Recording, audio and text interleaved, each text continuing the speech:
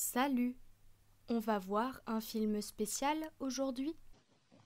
Yep, c'est Lisa Effect 3 aujourd'hui. Mais j'avoue que c'est un peu des bluffs parce que je me rappelle pas tellement du film. Et que vas-tu me montrer? Pardon? Tu me tutoies maintenant? Bien sûr, mon étude approfondie de l'espèce humaine grâce à mon accès à Internet m'a permis de me rendre compte des conventions sociétales et comme tu me tutoies depuis le début, il est établi que la réponse appropriée est le tutoiement également. Et de fait, Antoine, tu n'as pas répondu à ma question. Quel film allons-nous regarder? Certes. Bon, eh ben voilà le DVD. Un DVD? Je suis perplexe. Le lecteur de la PS5 peut lire des Blu-ray 4K. Or, le DVD a une résolution 74% inférieure à un Blu-ray 4K et 47% inférieure à un Blu-ray classique. Quelle étrangeté! Ah oui, bon, bah j'ai pas trouvé mieux, hein. Donc voici le DVD du Le Tigre et la Neige, La Tigre et Neva. Un film écrit, réalisé et interprété par Roberto Benigni. Et en quoi est-il bon, mais pas si bon? Bon, j'avoue que je me souviens pas des masses, mis à part le fait que le film m'avait marqué pour son exceptionnelle romance, que j'avais trouvé ça magnifique. Mais j'avoue que avant que je me fasse taper dessus par ma vidéo, enfin suite à ma vidéo sur Digimon, où j'avais complètement confondu le film avec La Vie est belle, parce que bon, il y a un peu de la même équipe devant et derrière la caméra. Donc excusez-moi, j'ai confondu mes souvenirs avec un autre type de film. Merde, voilà. Donc, voilà. Enfin, aussi bien, il me semblait que il me souvenait dans mes souvenirs que le personnage principal était complètement insupportable, d'où le Mae. Mais en fait, aussi bien, c'est uniquement un excellent film et bon, bah, vidéo poubelle après ça. Hein. Donc, pour éviter de dire des conneries, bah, go nous revoir ce film.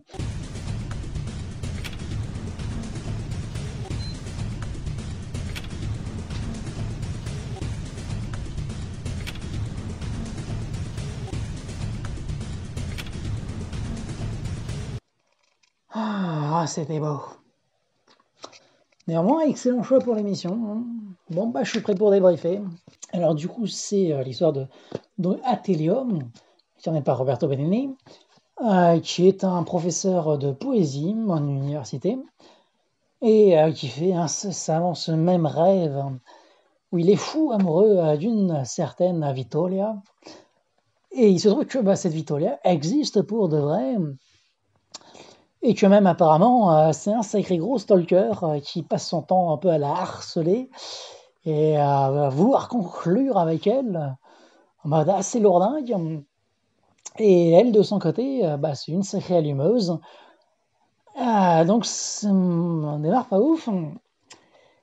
Et il se trouve que donc cette allumeuse de première se trouve être une écrivaine, ou du moins elle bosse dans une rédaction, je sais pas, enfin, c'est pas exactement, mais en gros, apparemment, elle est en train d'écrire un livre sur un autre poète qui se trouve être Fouad, incarné par Jean Reno, Cocorico. Et bah, il se trouve que c'est quelqu'un qui habite à Bagdad de base. Et donc elle va le suivre à Bagdad pour poursuivre et terminer l'écriture donc, de son roman. Et hack, pas de bol, il se trouve que c'est exactement le moment où les Américains ont décidé de déclarer la guerre à l'Irak, puisqu'on le rappelle que Bagdad est une ville irakienne, et même la capitale, et que, bon, bah, américain égale à la finesse, hein, c'est-à-dire s'infiltrer, négocier, pas du tout. Pas du tout, c'est les Américains, ça rase, ça bombarde, ça... Et ça fait bien évidemment énormément de victimes et de dommages collatéraux. Et donc, bien évidemment, en tant que civile, elle prend cher. Et elle se trouve être dans un hôpital de fortune à Bagdad, entre la vie et la mort. Et bah donc bien évidemment, Attilio, complètement dévasté, décide contre vents et marées de tout faire pour se rendre sur place et essayer de lui apporter toute l'aide possible et potentiellement lui sauver la vie. Parce que c'est l'amour. Ça ne semble pas très engageant. Alors oui, au début, c'est pas terrible, hormis la masterclass sur le cours de poésie. Et vous voyez ce que je veux dire, la poésie n'est pas en dehors, elle est au-dedans de vous. Ce qu'est la poésie, ne me le demandez pas. Regardez dans le miroir, la poésie, c'est toi. Et habillez-la bien, votre poésie. Cherchez-les bien, les mots justes. Vous devez les choisir très soigneusement. Parfois, il faut 8 mois pour trouver le mot idéal. Choisissez-les bien. La beauté est née le jour où quelqu'un a commencé à choisir. Du temps d'Adam et Ève. Vous savez combien de temps elle a mis, Ève, avant de choisir la feuille de vigne idéale? Comment elle me va, celle-ci? Et celle-là, comment elle me va? Et celle-là, elle me va bien, celle-là. Elle a dépouillé toutes les vignes du paradis terrestre. Et tombé amoureux. Sinon, tout est complètement mort. Mort. Vous devez être amoureux. Et là, tout devient vivant, tout bouge, tout crouille de vie. Dépensez la joie sans compter. N'hésitez pas à dilapider l'allégresse. Et puis, soyez triste et taciturne. Avec exubérance. Faites souffler le vent de la félicité au visage des gens. Et si vous manquez de moyens, ne soyez pas désemparés, car pour faire de la poésie, une seule chose est nécessaire. Tout, vous comprenez? Et ne cherchez pas la nouveauté. La nouveauté, c'est la chose la plus vieille qui soit. Et si un vers ne vous vient pas dans cette position, ou celle-là, ou celle-ci, bah n'hésitez pas, jetez-vous carrément à terre, mettez-vous comme ça, là. Ça va mieux, là, bah voilà. C'est d'ici qu'on voit le ciel. Tiens, regardez, c'est magnifique. J'aurais dû faire ça plus tôt. Qu'est-ce que vous regardez là? Le poète ne regarde pas, il voit. Vous laissez pas faire par les mots.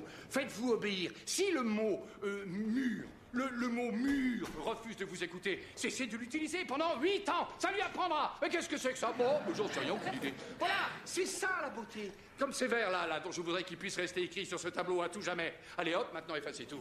Bah oui, il faut s'y mettre là, le cours est terminé. Mais du coup, tout le long du film, on est un peu là à se dire que, bah, au final, la romance, elle a pas l'air de reposer sur grand-chose. Et bah, du coup, ça rame beaucoup avant d'arriver sur place.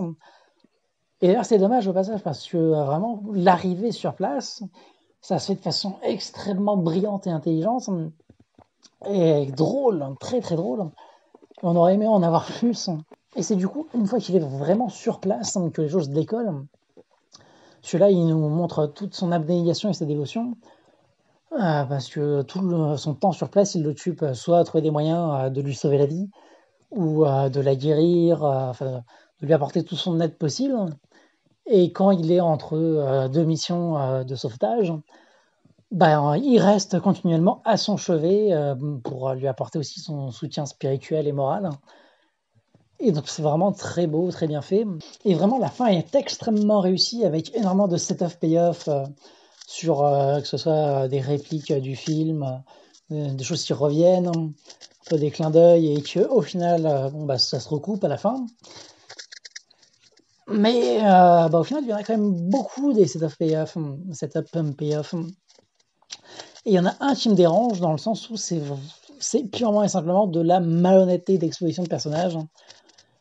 Et bah, au final, ça aurait justifié beaucoup plus de choses d'emblée et ça aurait solidifié absolument tout le scénario d'entrée de jeu si on avait exposé un des faits beaucoup plus tôt. Et bon, dans les faits, effectivement, oui, ça marche comme ça, et c'est purement un avis personnel. D'autres diraient que bah non, il fallait exactement le faire comme ça. Si on avait dit d'emblée, ça aurait perdu beaucoup d'intérêt. Ah non.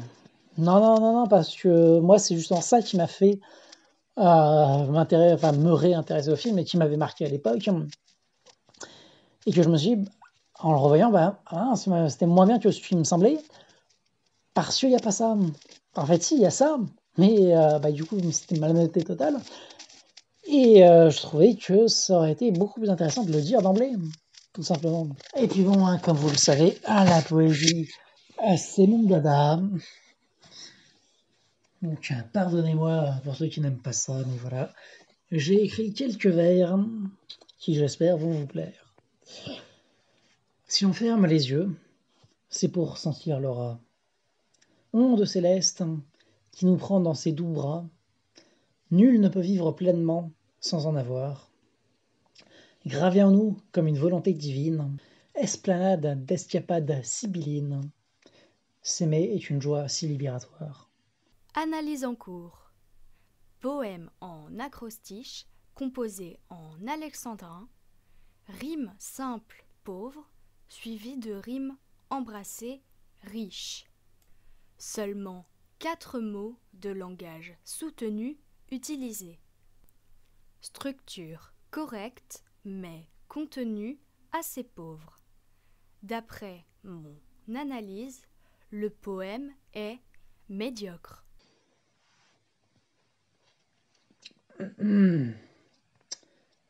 L'imaginer, c'est déjà lui donner la vie. Interagir, c'est lui montrer son importance.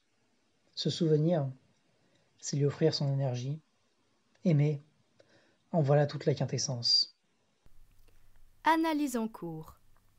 Alors stop, juste stop. Parler d'amour à une machine, quelle connerie. Par amour, on supporte les coups, les mensonges, la tromperie, les absences, la distance. Qui n'a jamais pleuré n'a jamais aimé. I got guns in my head and they won't go. Spirit in my head and they won't go. I got guns in my head and they won't go. Spirit in my head and they won't